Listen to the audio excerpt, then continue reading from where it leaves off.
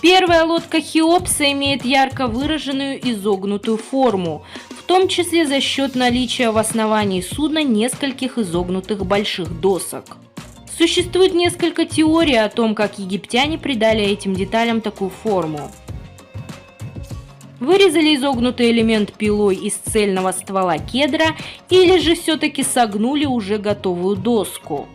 Исследователь Моше Брем склоняется в своих выводах к версии о том, что древние мастера согнули доску ради получения изогнутой детали. Брем считает,